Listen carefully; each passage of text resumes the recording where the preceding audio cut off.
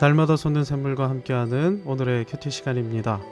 10월 29일 목요일 오늘의 말씀은 신명기 26장 12절로 19절까지 말씀입니다. 셋째 해 곧 11조를 드리는 해에 내 모든 소산의 11조 내기를 마친 후에 그것을 레위인과 객과 고아와 과부에게 주어 내 성읍 안에서 먹고 배부르게 하라. 그리할 때에 내 하나님 여호와 앞에 아뢰기를 내가 성물을 네 집에서 내어 레위인과 객과 고아와 과부에게 주기를 주께서 내게 명령하신 명령대로 하였사오니 내가 주의 명령을 범하지도 아니하였고 잊지도 아니하였나이다. 내가 애곡하는 날에 이 성물을 먹지 아니하였고 부정한 몸으로 이를 떼어두지 아니하였고 죽은 자를 위하여 이를 쓰지 아니하였고 내 하나님 여호와의 말씀을 청종하여 주께서 내게 명령하신 대로 다 행하였사오니 원하건대 주의 거룩한 처소 하늘에서 보시고 주의 백성 이스라엘에게 복을 주시며 우리 조상들에게 맹세하여 우리에게 주신 젖과 꿀이 흐르는 땅에 복을 내리소서 할지니라. 오늘 네 하나님 여호와께서 이 규례와 법도를 행하라고 네게 명령하시나니 그런즉 너는 마음을 다하고 뜻을 다하여 지켜 행하라. 네가 오늘 여호와를 네 하나님으로 인정하고 또 그 도를 행하고 그의 규례와 명령과 법도를 지키며 그의 소리를 들으리라 확언하였고 여호와께서도 네게 말씀하신 대로 오늘 너를 그의 보배로운 백성이 되게 하시고 그의 모든 명령을 지키라 확언하셨느니라. 그런즉 여호와께서 너를 그 지으신 모든 민족 위에 뛰어나게 하사 찬송과 명예와 영광을 삼으시고 그가 말씀하신 대로 너를 네 하나님 여호와의 성민이 되게 하시리라. 본문에서 모세는 가나안 땅에서 지켜야 하는 11조 규례에 대해서 설교하고 있는데요. 본문의 11조 규례를 이해하려면 11조에 대한 정리가 필요합니다. 11조는 말 그대로 소득의 10%를 하나님께 올려드리는 것인데요. 11조가 무엇을 위한 것입니까? 민수기 18장 21절은 11조의 용도를 다음과 같이 말씀합니다. 내가 이스라엘의 11조를 레위 자손에게 기업으로 다 주어서 그들이 하는 일, 곧 회막에서 하는 일을 갚나니. 한마디로 11조는 하나님께서 레위 자손에게 주신 기업입니다. 다른 지파는 가나안 땅을 영원한 기업으로 분배받았지만 레위 자손은 땅을 기업으로 받지 못했습니다. 이스라엘을 대신해 여호와 하나님을 섬겨야 했기 때문인데요. 그래서 하나님께서 레위 지파를 위해 특별한 기업을 할당해 주셨으니 그것이 11조인 것입니다. 다른 지파는 할당된 땅에서 농사와 목축을 하며 생계를 이어갔지만 레위 지파는 성물을 감당하느라 생계를 이을 아무런 방편이 없었기에 하나님께서 11조를 통해 친히 생계의 방편을 마련해 주신 것입니다. 하나님께서는 사역자들의 생계와 생활을 위해 때로 까마귀를 통해 먹을 것을 공급해 주기도 하십니다. 하지만 까마귀는 특별한 방편일 뿐 사역자를 책임지시는 하나님의 일반적인 방편이 아니죠.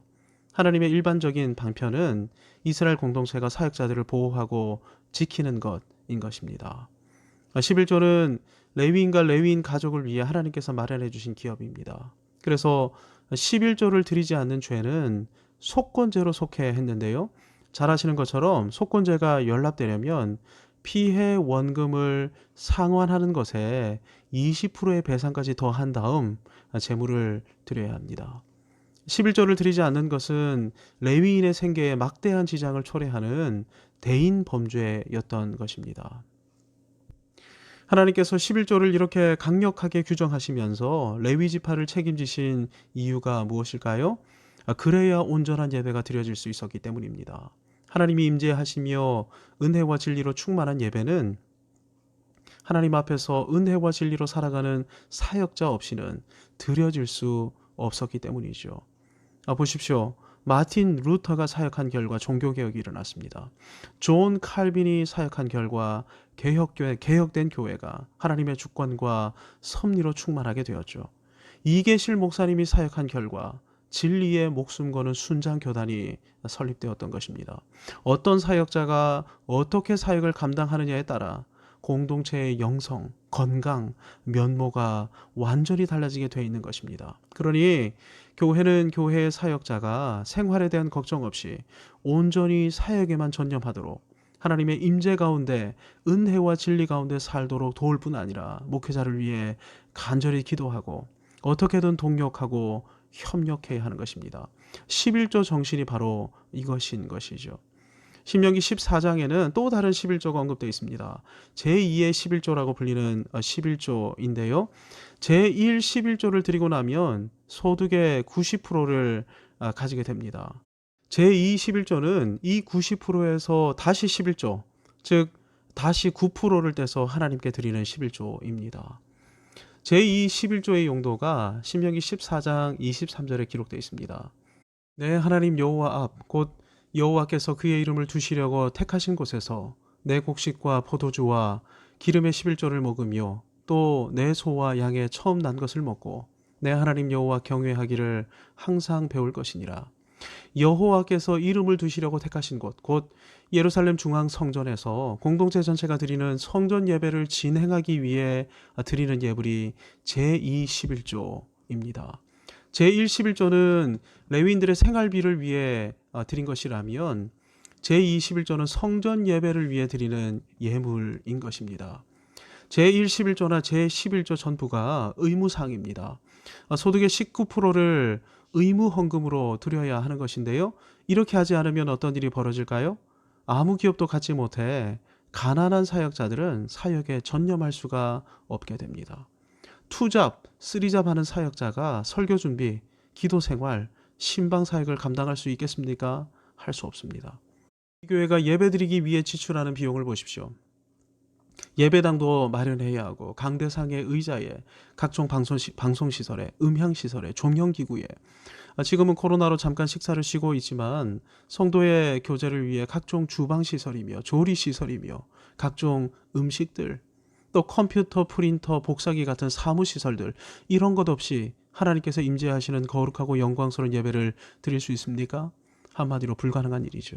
그래서 하나님께서는 제1 11조에 제2 11조까지 의무 헌금으로 규정해 두셨던 것입니다. 무엇이 가장 중요한 것입니까? 예배가 가장 중요한 것이죠. 어떤 예배입니까? 하나님이 임재하시고 은혜와 진리로 충만한 예배입니다. 이것을 위해 의무적으로 헌금해서 사역자들을 돕고 예배시설을 구비하도록 하나님께서 하신 것이죠. 본문의 11조는 앞에 두 11조와는 또 다른 11조입니다. 이미 제1 11조와 제2 11조가 언급되었는데 다른 11조가 등장했으니까 제3의 11조라고 불러야 할 것인데요. 제3의 11조 하니까 남은 소득인 81% 소득에서 다시 10%를 떼는 것일까요? 아닙니다. 성질상 제31조는 제2 11조와 같은 것입니다. 즉 제2 11조와 같은 11조인데 명칭과 용도가 다른 11조인 것이죠. 제2 11조는 예루살렘 성전 예배를 위해 구별되는 11조였는데 제31조는 이스라엘 공동체 안에서 가장 어렵고 힘들게 사는 약자들의 생활과 복지를 위해 사용되는 11조였습니다. 평상시에는 제2 11조로 성전 예배를 위해 사용하다가 안식년 이후 3년째와 6년째 해에는 용도를 변경해서 약자들의 생활과 복지를 위해 이 제3의 11조를 활용했던 것이죠. 어떤 사람이 어렵고 힘든 사람입니까? 본문은 네 부류의 사람들을 언급하는데 레위인, 객, 고아, 과부들이 그들입니다. 이 약자들을 어떻게 섬겨야 하는지 12절 하반절이 다음과 같이 말씀합니다. 그것을 레위인과 객과 고아와 과부에게 주어 내 성읍 안에서 먹고 배부르게 하라. 어떻게 섬겨야 한다고요? 먹고 배부르도록 섬겨야 합니다. 여기서 배부르게가 히브리어로 사바인데요. 영어로는 surfeit, 과식하다, 폭식하다를 의미합니다. 고대 사회에서는 끼니만 때울 수 있어도 부유한 편에 속했습니다. 이런 형편에서 사회적 약자들은 어땠을까요? 먹지 못하는 경우가 대부분이었습니다. 하지만 이들로 과식하고 폭식하게 만드는 것, 즉 배고픔으로부터 완전히 벗어나도록 하는 것, 이것이 제3의 11조 안에 담겨 있는 거룩하신 하나님의 뜻이었던 것입니다. 누가 배고프게 삽니까? 레위인 대부분이 배고프게 삽니다. 레위인들을 위해서는 이미 제1 11조를 구별해서 드리지 않았습니까? 네. 그럼에도 불구하고 레위인 대부분이 어렵고 힘들게 살면서 배를 골았습니다. 오늘날도 마찬가지입니다. 최하위 소득 직업 6위가 전도사입니다. 이들을 어떻게 해야 한다고요? 배고픔에서 완전히 벗어나도록 해야 하는 것입니다. 본문의 객은 유대교로 개종해서 이스라엘로 들어온 경건한 이방인들을 가리킵니다. 이들은 이방인으로서 살던 모든 것을 버리고 여호와 하나님을 경외하여 이스라엘 땅으로 들어왔던 사람들입니다. 여호와의 언약 백성의 수요에 가입하는 거룩한 특권을 누리게 된 사람들이지만 이들을 위해 할당된 가나안 땅의 기업은 존재하지 않았습니다. 하나님께서는 오직 이스라엘 12지파에게만 가나안 땅을 기업으로 허락해 주셨기 때문입니다. 그렇다면 이들은 이 가나안 땅 이스라엘에서 어떻게 먹고 생활할 수 있습니까? 이스라엘 12지파 전부가 이스라엘 공동체가 이들의 필요를 공급해서 먹고 살도록 하는 것으로 생활하게 되었던 것이죠. 그 방편이 무엇입니까? 제3의 11조였던 것입니다.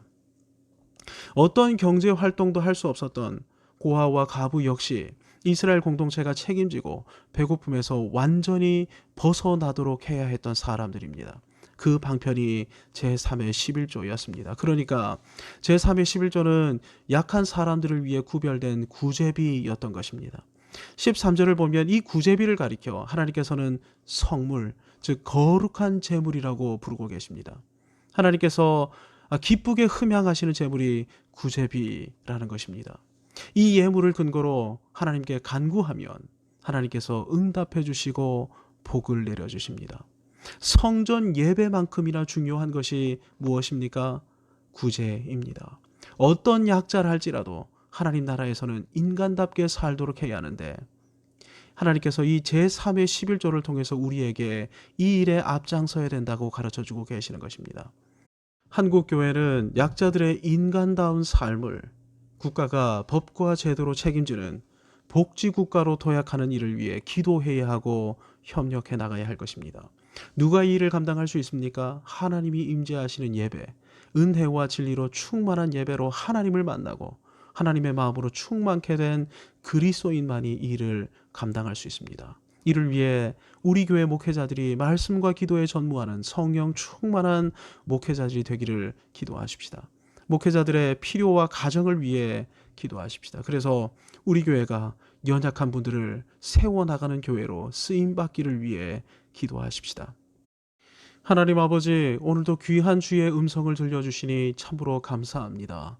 우리의 예배가 하나님이 임재하시는 은혜와 진리로 충만한 예배가 되게 하여 주심으로 말미암아 거룩하신 주의 뜻을 이루어 나가는 복되고 거룩한 교회가 되게 해 주옵소서. 예수님의 이름으로 기도하옵나이다. 아멘.